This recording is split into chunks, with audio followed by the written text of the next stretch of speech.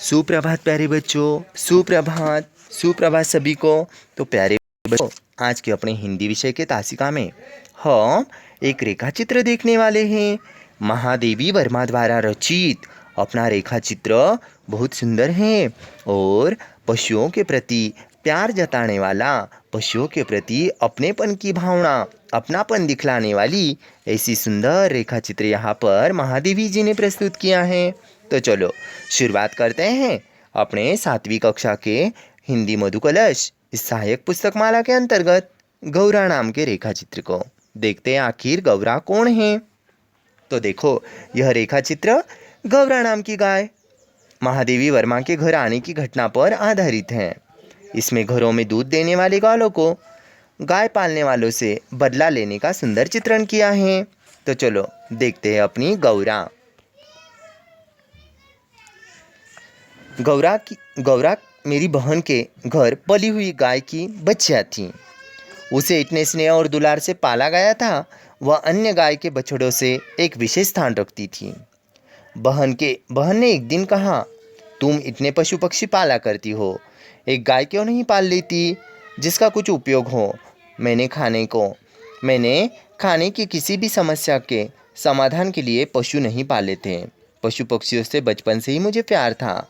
बहन के आग्रह से मैंने ध्यानपूर्वक गौरा को देखा। लंबी सुडौल गर्दन, लचीले पैर, चिकनी पीठ, कमल की 2 पंखुड़ियों जैसे कान, सघन लंबी पूंछ। गौरा को देखते ही मैंने उसे पालने का निश्चय कर लिया।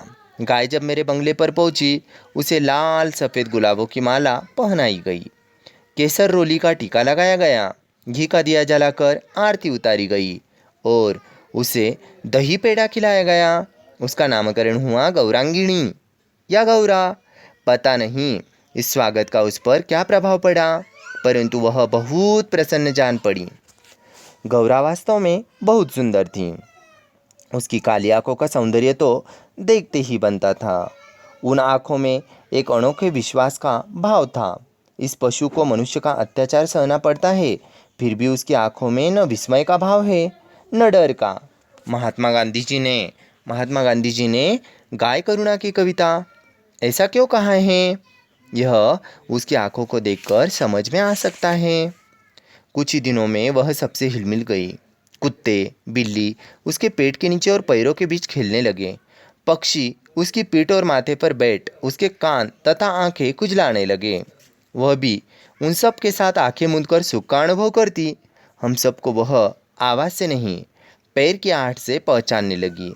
समय का इतना अधिक ज्ञान उसे हो गया था कि मोटर के फाटक में प्रवेश करते ही वह बाँ बाँ की ध्वनि से हमें पुकारने लगती।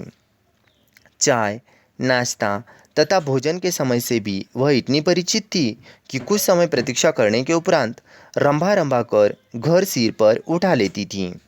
मनुष्य के समान वह भी औरों की निकटता चाहती थी। जैसे ही उसके पास जाते वह गर्दन और पास कर देती थी।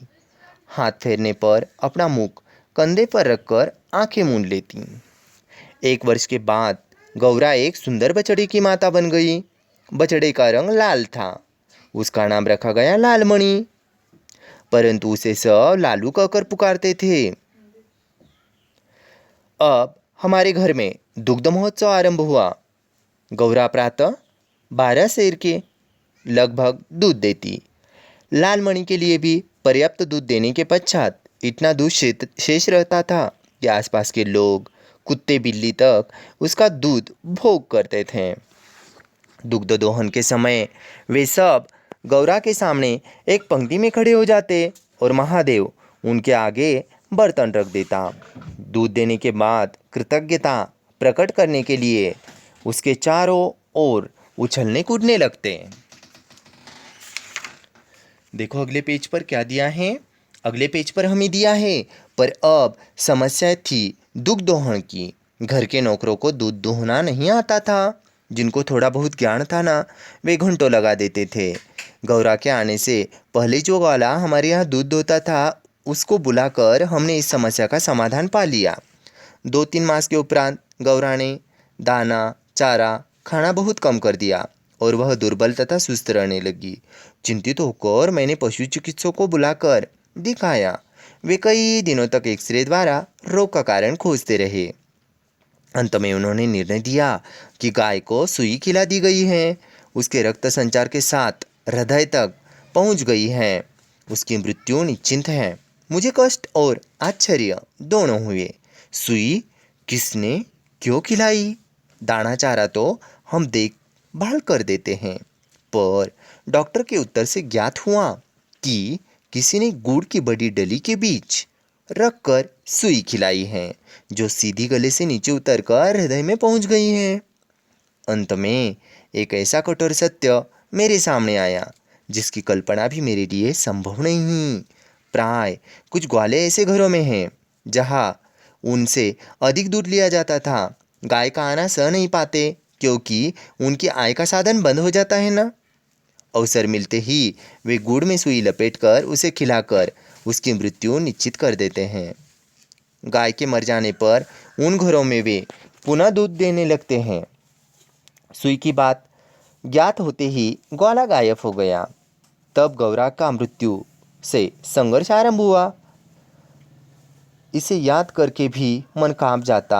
डॉक्टरों ने कहा इसे सेब का रस पिलाया जाए, अतः नित्य कई कई सेर सेब का रस निकाला जाता और नली से गौरा को पिलाया जाता।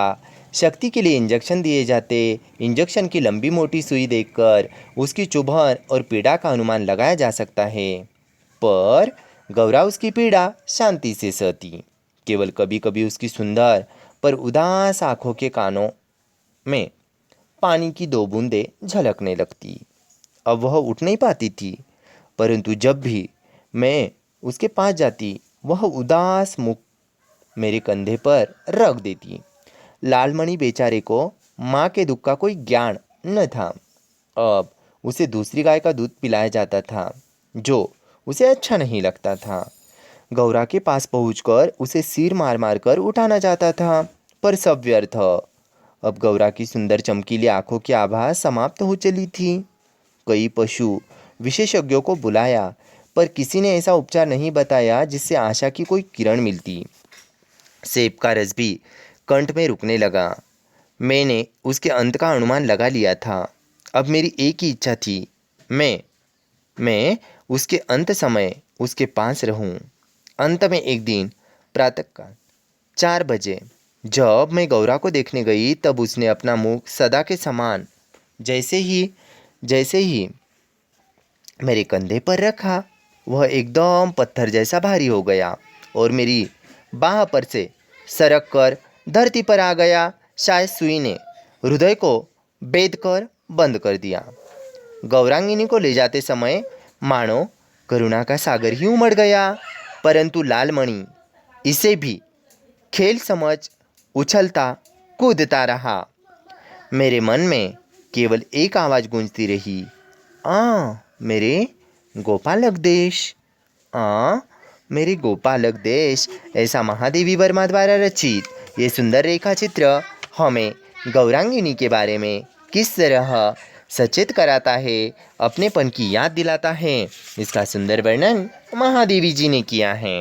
तो चलो, उम्मीद करता हूँ आप सभी को गौरा कहानी पसंद आई होगी। अगले तासिका में हम अगली कहानी लेकर आते हैं। धन्यवाद।